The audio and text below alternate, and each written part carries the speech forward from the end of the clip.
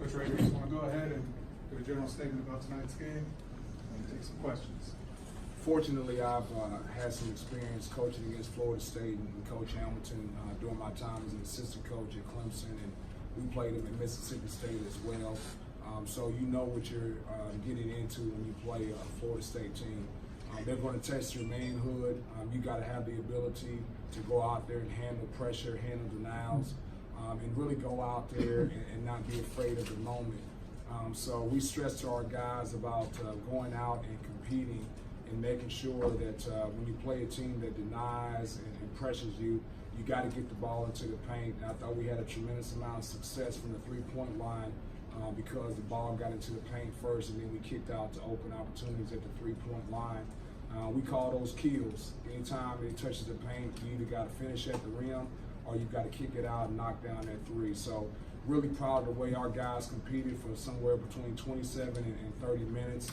We've got a really young and inexperienced team. So for them to come out here and match the intensity that Florida State brings, we're really proud of them.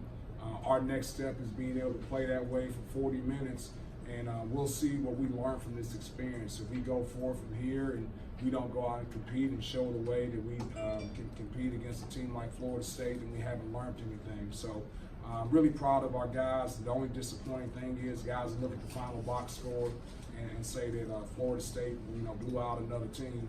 But when you really watch the game, we really did a good job of competing. We just got to be able to do it for 40 minutes. Coach, was it a matter of Florida State's depth deeper than your depth and experience?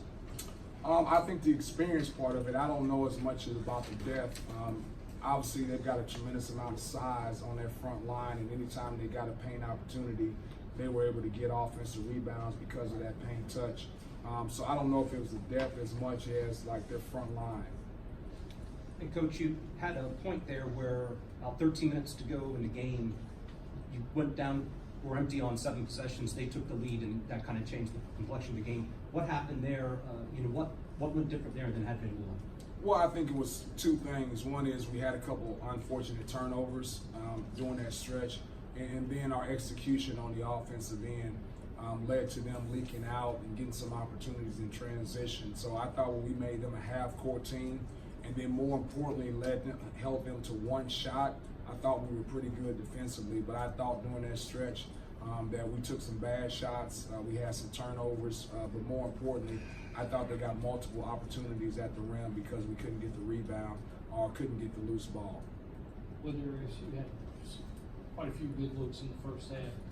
In the second half, they just keep running guys at you all, and a lot of pressure from behind.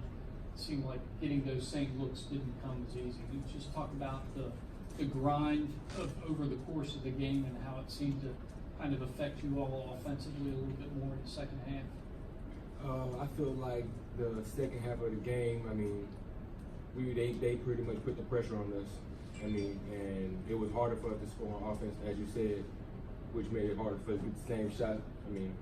And they pretty much locked in on me. They probably didn't expect me to do as good as I did, so that's what happened.